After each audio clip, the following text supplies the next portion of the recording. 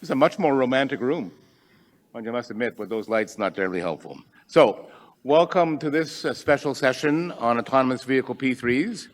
We're going to start straight away by introducing Michael Ledger from Dentons, who will set the scene for this afternoon's sessions. As I think I mentioned earlier, Dentons is the very generous sponsor of this special program. And I know many of you know Michael, who's a partner in the Toronto office of Dentons Canada. But just in case Michael doesn't know his own bio, let me tell you that he centers his practice on corporate and commercial law, corporate governance, mergers and acquisitions, public-private partnerships, and the transportation industry.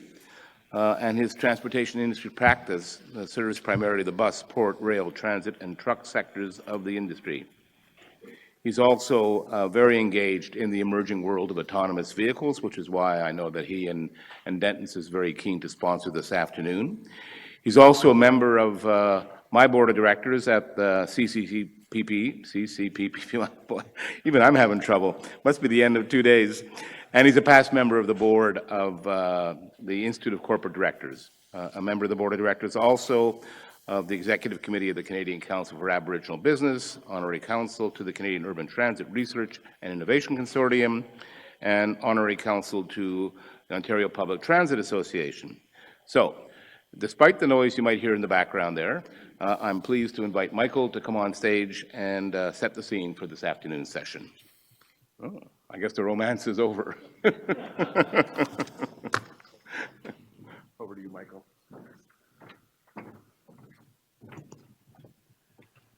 Thank you, Mark. Good afternoon, everyone. So Dentons is pleased to be the presenting sponsor to this Day 2 afternoon special session on autonomous vehicle P3's Visions of the Future.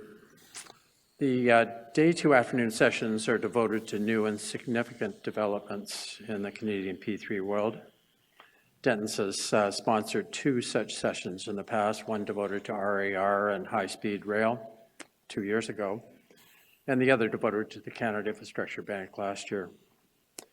Autonomous vehicles have logged millions of miles by private sector developers on roads in China, Europe, UK, and the US. Automated, connected, electric, shared buses are being tested by public sector authorities across Canada in pilot projects. So what should be the role of governments and government agencies, and in particular public transit authorities, in the deployment and regulation of autonomous vehicles in Canada? What too should be the engagement of the private sector and the public sector, and in particular the role of P3s in this process? Clearly, government has a regulatory role in regulating vehicle safety, harmonizing standards within Canada and the United States, protecting privacy of individual vehicle users, developing and enforcing traffic laws, and overseeing insurance and liability.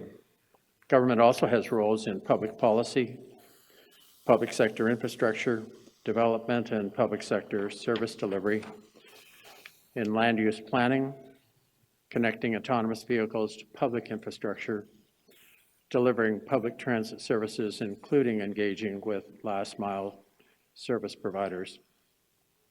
The purpose of this Day 2 afternoon session is to explore the future impacts of autonomous vehicles on public infrastructure and on transportation networks, and to explore the engagement of the public sector and the private sector, including the roles of P3s in this process. So Dentons is a global law firm currently with 173 locations in 77 countries. Our global autonomous vehicle team hails from every corner of the world, including Canada, the United States, UK, France, Germany, Russia, China, Singapore, and Australia, and has extensive automotive and technology experience and deep understanding of the emerging business issues impacting these industries.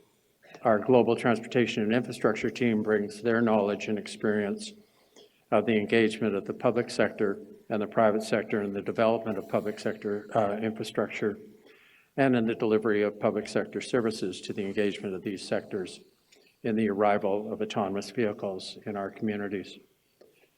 As this engagement unfolds, there should be roles for current players in the Canadian P3 world, as well as new players with automotive and technology knowledge and experience. So enjoy the session.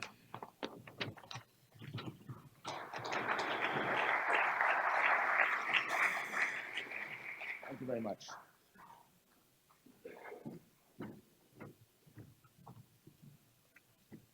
All right, thank you very much, Michael. And again, for your support for this program. So, for this afternoon's keynote speaker, who will be introduced in just a moment, 407 ETR has kindly agreed to sponsor this session. And I'm pleased to have with me Andreas Sacristan, who is the president and CEO of 407. So Andreas, if you'd like to come on stage, I'll leave it to you to introduce our keynote speaker. We should have put that podium over there.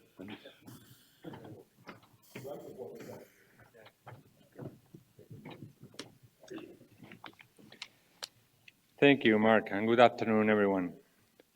I'm very pleased to have the opportunity to introduce Mr. Andreas Mai, Executive Vice President for Market Development and Innovation at Keolis, as the final keynote speaker of the conference. We have all heard so much about the coming of the autonomous vehicle onto our roads and highways, and the significant change it will bring to our daily movements and the delivery of goods and services. The analysis of what the impact of a literal hands and eyes off the wheel approach may mean has been a subject of great discussion and debate. The challenge won't be only the onboard technology, but also in adapting our current infrastructure to communicate and interact with these new vehicles to make the experience safe and reliable. As President and CEO of 407 ETR, we have been following the progress of autonomous vehicles very closely. We invested $1.6 billion as part of our public-private partnership in improving the highway, increasing its capacity, keeping it safe, reliable, and congestion-free, giving GTA drivers and businesses great value. We are ready to accommodate autonomous vehicles, as we believe that the promise of better traffic that will come with autonomous vehicles is good for drivers, the environment, and our overall quality of life. The greatest hurdle the industry faces is improving autonomous vehicles will be built to meet the safety standards that will allow governments to permit their use beyond the test environment and to the general public. 407 ETR is working with different stakeholders running different pilots in the autonomous vehicles technology. Today, Mr. May's presentation will detail a similar pilot and what the future impacts of autonomous vehicles will be on transportation networks, and how these vehicles can help provide first-mile and last-mile solutions by connecting passengers to existing public transit systems. Before joining Keolis, Mr. Mai founded the technology startup Econo.world and led Cisco's connected vehicle business. He's an angel investor, serves on the board of multiple technology companies, and has published a number of seminal papers on driverless vehicles. We know that the private sector is uniquely positioned to develop, implement, and operate the infrastructure that will be needed for autonomous vehicles. Mr. Mai is on the leading edge of the most recent developments, leading an autonomous vehicle pilot. Andreas is at the center of a truly incredible company who, with its partners in operating an autonomous vehicle pilot project in Quebec. Mr. Mai is truly an expert and in his field, leading Keolis in the delivery of vital public transportation project, and I'm very pleased to welcome him to make his remarks. Thank you.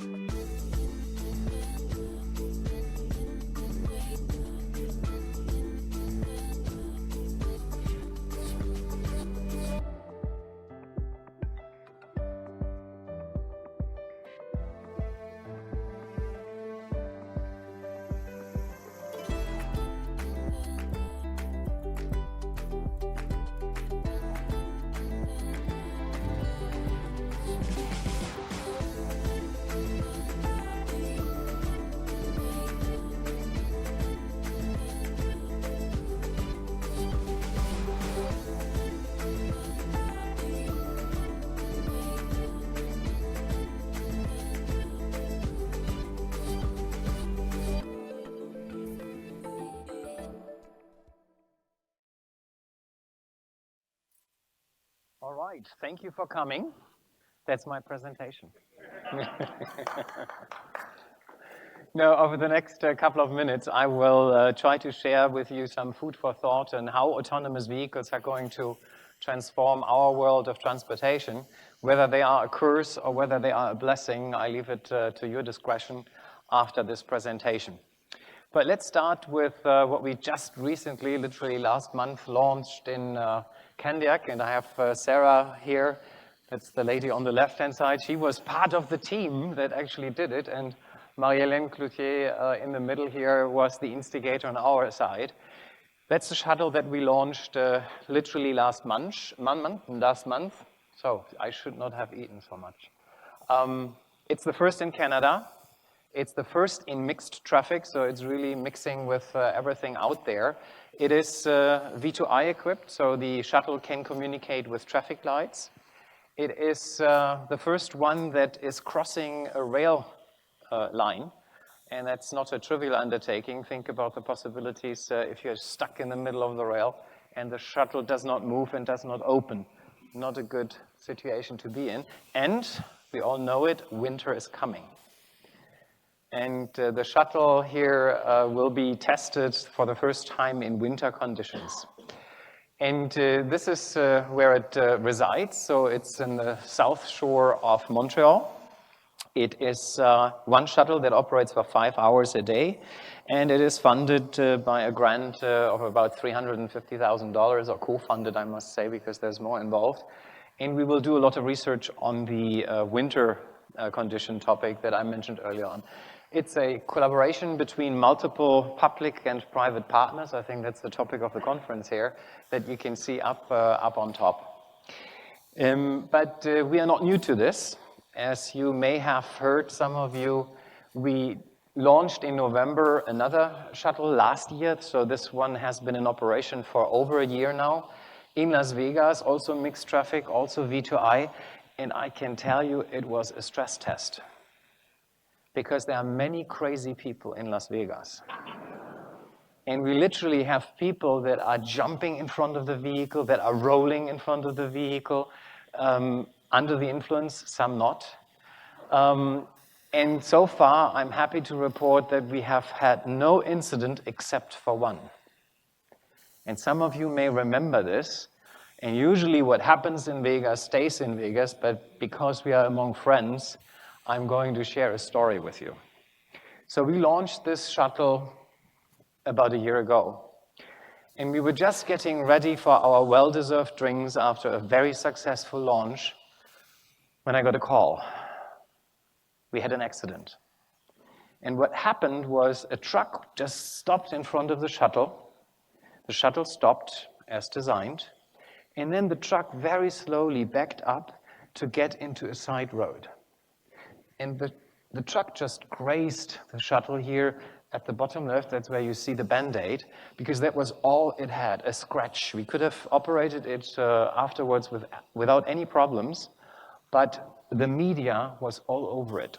In a matter of seconds, the entire media community that we had at this launch jumped on this opportunity, shuttle involved in a crash on the first day of operation. It was a terrible experience for us, but we got famous because it was established that it was a human error, which, by the way, most of the crashes that are involving autonomous vehicles have been so far. And we got 26 billion views. So from one day, nobody knew Keolis, to another day, everybody knew us. It was good. You know? But overall, the entire experience in Las Vegas was actually a very good one. We transported about 35,000 passengers so far. And rate your driver was a question that we asked pretty much everybody of these passengers, and they gave us 4.8 out of 5. 98% of people recommended to a friend. And interestingly, people that drove the shuttle before had a different perception than after. So you really need to experience it to believe in it and to trust it. And we have about 50, nearly 50 of these projects in flight, pretty much all over the world. So it's literally no longer a question of if but rather than when. And to answer this question, I took history lessons, and I looked at another transformation in transportation that happened before. You see here, that's the number of horses that we had before the automobile came about. At its peak, it was about 25 million horses, and it took anything between 10 and 25 years for these horses to be replaced by motor vehicles, which are now 10 times the size of what horses used to be at the time. So that bears the question, how will this impact personal transportation or public transportation? And I had the privilege to be involved in a number of workshops with the World Economic Forum, and many smart people actually looked at the adoption rates that they expect for 2030 for self-driven vehicles. And as you can see on the right-hand side, the expectation ranges between 29 and 52% of trips will be done by autonomous vehicles in the year of 2030. That's a lot. And it will have a fundamental impact on everything transportation, on our business, on cities, as we will see on the next slide. Today, mobility as a service already delivers very high valuations. If you look at the valuation of Uber alone, it actually exceeds the valuation of traditional car companies. And if you look at Waymo, I think the latest number that I saw was $175 billion. It is what JP Morgan taxed them at.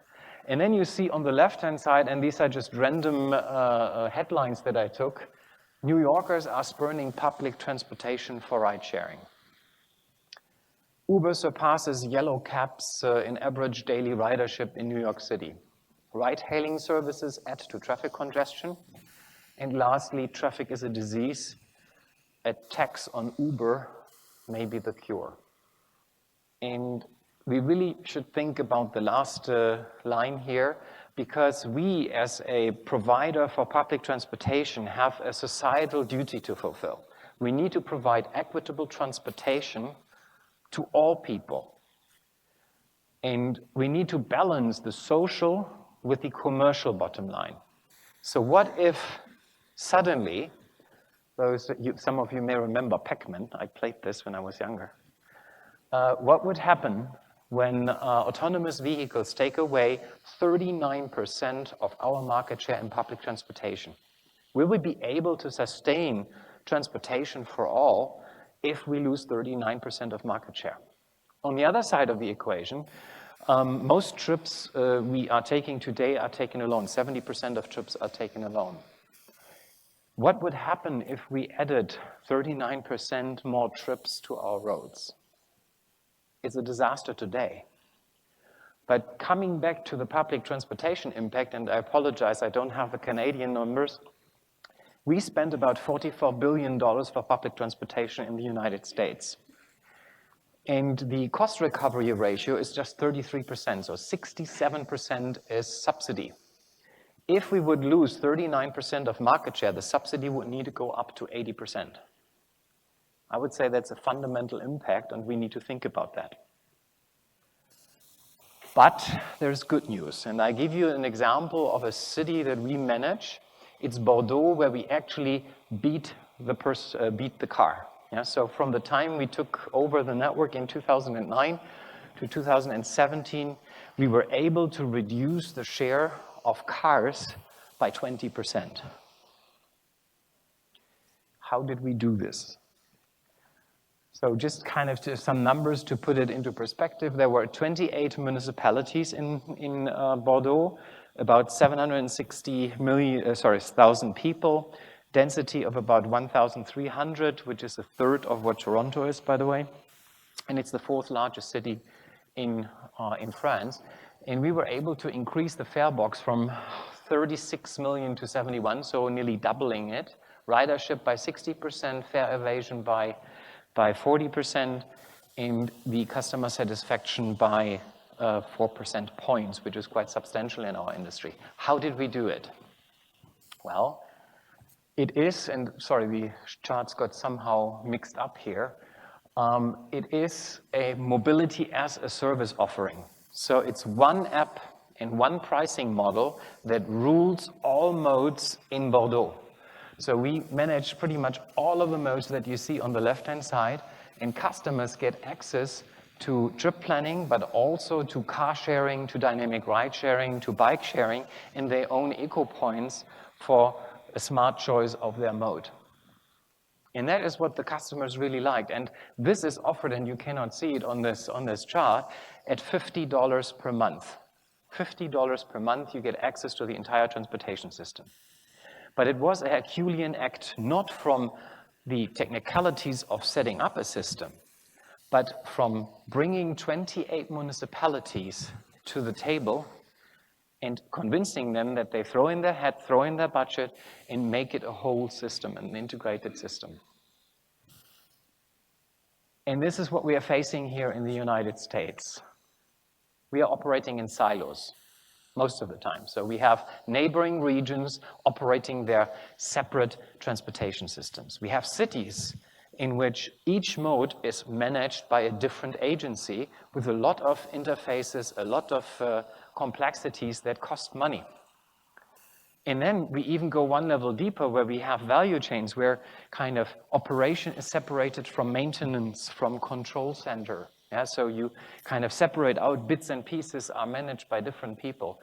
And the only way to overcome this, in my view, is if we make public funding or funding by the infrastructure bank, the presentation that we just saw before this, subject to the agency collaborating and innovating in the sense of what I showed to you earlier on. And this is also an example that we developed as part of the activities in the World Economic Forum. It starts fairly kind of obvious where you outsource public assets, but not only road assets. You outsource pretty much everything pertaining to transportation in a city into I call it real estate investment trust, but it's much more than that. You then allow this real estate investment trust to outsource the operation aspect of the assets, like we do in many other places in the world. But then comes the innovative part. Then you have the users that need to pay a fair price to fund all this. Today in the United States, 65% of the road system is in dire need of repair. 65,000 bridges are so bad that it's actually dangerous to cross them. And so we need a funding mechanism to fix our bad roads. But when we talk about the future of transportation, we need something like positive train control for autonomous vehicles. The roads need to be smart. They need to be connected. You will want to have connectivity in your vehicles, and all of the charging infrastructure, it needs to be built. At the same time, the users would be in a position to invest in their own assets. The road that is important for me, the transport system that is important for me in my city, I could invest in. And the fair price that everybody is paying for using this is what funds this transformation of transportation that we urgently need in many places of the world. At the same time, the ITS can also provide the data that we are missing in many cases today to operate our systems efficiently. But what is a fair price? A fair price needs to reflect the societal cost of transportation. So if you elect to drive alone, if you share a ride, if you ride a bus, if you drive a train, or one of my favorites, these ultra small vehicles, it needs to be reflected in the difference in price. And so you need to manage supply and demand by a smart price for transportation that factors in the time of day you're driving.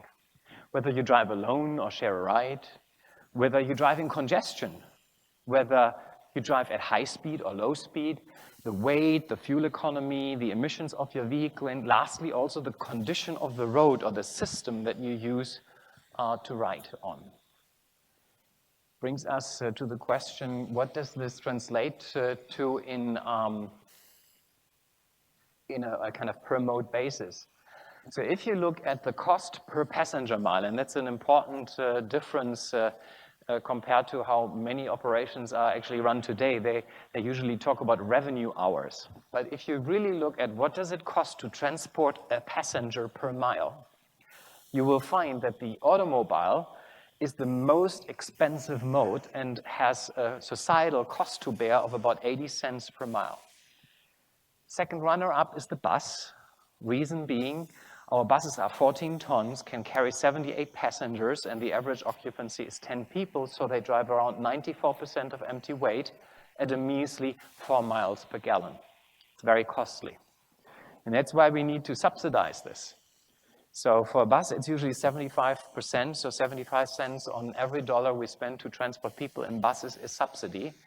And then we go over to the trains. The ultra-small vehicles is significantly lower, and the most economic one is the shared shuttle. But let's do a double click on the societal cost, because that's quite interesting. So the cost of US ground transportation, every year we pay about $5.6 trillion for our ground transportation. And a little bit more than half of that is just what we pay out of our pockets, what is visible to us. But 44% is actually societal cost that we pay indirectly. And that's $10,000 per vehicle. Per vehicle for driving on bad roads and bridges, as I alluded to earlier on. For poisonous pollution that is created and actually kills more people globally, 1.7 million compared to 1.4 million dying in crashes. Crashes, which account for 17% of it, and the time that we waste in traffic, time that nobody can give us back. And now kind of let's do a click on the average family. What do we pay for transportation as an average family?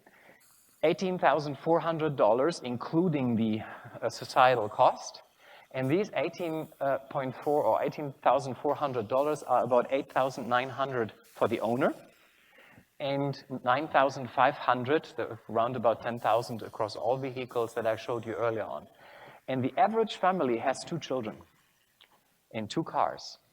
That means that the average family is paying $36,800 per year for transportation. Some of it out of your pocket and some of it societal. If you then replace one car with mobility as a service along the lines of what I showed you for Bordeaux, this would mean you can reduce the cost of transportation by 34%. If you replace both cars, in some cities that is possible, you could halve the cost of transportation for a family, but even equally importantly, for society. That's a lot of savings. And now let's talk about time. I talked about, if you go back to the page here, $3,400 is time in traffic.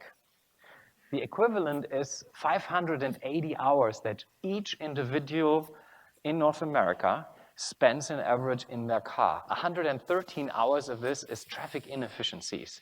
If you live in Los Angeles, if you live in San Francisco, it's much, much more than that. And that's a lot of time. If we can unlock the value of time that we currently waste in our vehicles, it is an equivalent in gross margin of about $3,400. That's the time that we spend, for instance, online shopping and the gross margin that the online shopping industry makes with us.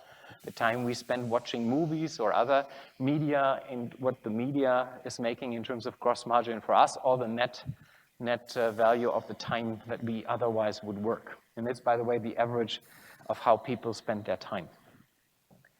And now let's transport this idea into public transportation and introduce 2 new concepts here. Why would I pay for this if I could ride in a vehicle that provides a restaurant in the vehicle where I can have my meal at the evening time when I commute home, or where I can have a Starbucks coffee when I commute to work, where I could sleep in a hotel bed that kind of where the vehicle drives me to wherever I need to be here in Toronto from Detroit, where I just came from. And these concepts that you see on the right-hand side, every single automaker is working on these concepts, that you suddenly do things, provide the service in those vehicles, or transport goods in cities, and at other times transport people. because goods transportation in cities accounts for 42% of trips in cities. I was also surprised to know this, and that's why you see in some one of these vehicles is actually a goods transportation vehicle. So that's concept number one. So you would be able to embed the cost of transportation a little bit like Amazon Prime, transportation included, yeah? Or like the Google model. Google actually owns a patent that allows them to consume or pay for the trip that you take and get the kickback from the shop, the store, where you eventually end up and purchase goods or services. And these new business models, the free ride, are really the ones that, again, challenge us in the transportation industry, because why would they pay for this for us? Wrapping it up, the big question here really is whether the future business model to fund transportation is what we do in France. So it's 2% on the payroll tax, with a simple logic that you say, well, the more people work in my company, the more people I need to transport back into work. And or we have the fair price covering the true societal cost of transportation, or we have aspects of it that bring us the all-inclusive model, the prime model, where we have transportation for free. In closing, we have a lot of work to do, and this gentleman here, Henry Ford, coined this very nice saying: if you always do what you've always done, you always get what you've always got. And I think we are now here in a generation where we can make a difference, and we should do it. They paid the ticket for me, so I need to show this. We are a kind of French-Canadian company, headquartered in France, operate in 16 countries, transport about 3 billion people, and our claim to fame is really operating all modes in many cities in the world as integrated multimodal system. With this, I thank you very much for spending a little bit of time today, and I'm open for questions. Yep, great. So, questions will be coming up right here. I'll help you read them. How's that? Just to make sure we get it right. I'll try not to embarrass you. No, But that's I'm fine. giving you time to read it yourself. Process. Okay. So, how important is charging station infrastructure to the success of electric AV rollout? It's very important. The question is to what extent charging stations will be replaced by things like inductive charging in the future. But it is a must-have. We expect autonomous vehicles, if they were combustion engine vehicles, to pollute our cities to a point that it is unbearable. So it has to be electric, and for that, obviously, charging is mission critical. Other questions? Yeah. Please. The question is, how much does the autonomous vehicle cost? Off the top of my head, I don't know. You just can assume at the moment it's more expensive because it's very small lots. So usually if you add the autonomous technology to a vehicle, people expect it to be eventually just $10,000 above a traditional shuttle or a taxi. Today it's significantly more because they just don't have the volume. This is an interesting question. Why would anyone invest in LRTs? I don't know. I don't know. But no, it's really a transformative time. But I think the key message that I at least try to get across is the AV is transformative, yes, but it's not the silver bullet and solution to all of our problems. We need to think about a city transportation system holistically, and all the other modes will have their place in the future. Autonomous vehicles will not replace traditional public transportation. They just don't have the capacity. Is that likely a long-term reality, or will they have the capacity at some point? If you look at there are studies out there. If you look at my favorites are these ultra small vehicles, and there's a study out there that was conducted by GM of our companies that just promoted the biggest truck ever. They did a study where they had 24 of these ultra-small vehicles replace bus rapid transit. And equipped with DSRC, dedicated short-range communication, these vehicles were able to somehow exceed the capacity, the throughput of a traditional BRT line. If you equip the same vehicles with autonomous technology, they were able to more than double the capacity of a BRT line. Yeah, so the throughput was significantly higher. And so, yes, we could see this, but you would need to completely redesign the cities for this. Because that I think is the limiting factor. David, I know you had a question. It's top of mind. So the question was, how much does cybersecurity figure in your mind? It's absolutely top of mind. Autonomous vehicles by default have to be able to operate autonomously, so they need to be able to operate without any connectivity to the outside world, at least for some point in time. So that's a layer of security in itself.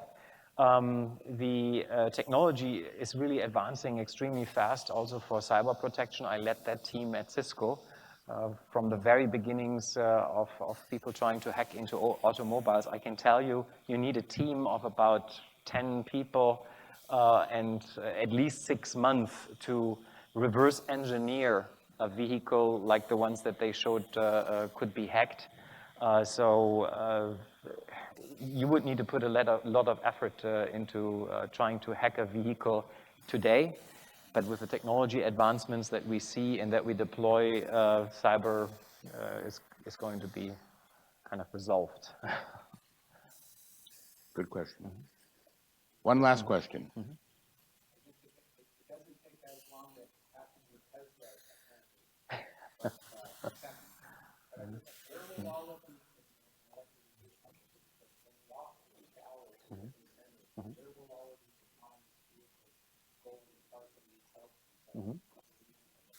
Yeah. So let me just repeat the question. So where will all these autonomous vehicles go through kind of at off-peak times, was the question. So I think this idea of multi-use vehicles is a very important one. If you look at the most recent concepts that some of the European manufacturers came out with, where you can just kind of change the chassis of a vehicle from transporting passengers to transporting goods. I think that's part of the solution. You also kind of, if you manage this one mode, you have the tendency to just look at this one mode, but you could use vehicles during, let's say, a school time for transporting students, and then you just need to time it right. That's why it is so important to manage the system in its entirety, to manage across modes and supply and demand in the city. So you're only limited by your imagination. Yeah. There you go. I'm afraid that time is up. I know there are other questions, and hopefully people can catch you on the way out. I did want to thank you again, Andreas, for spending time with us. This is very cool stuff. Thank you. And I know it's future. So we've made a small donation in your name with Habitat for Humanity. Thank you very much. Thank you so very good much. to see you. Really appreciate this.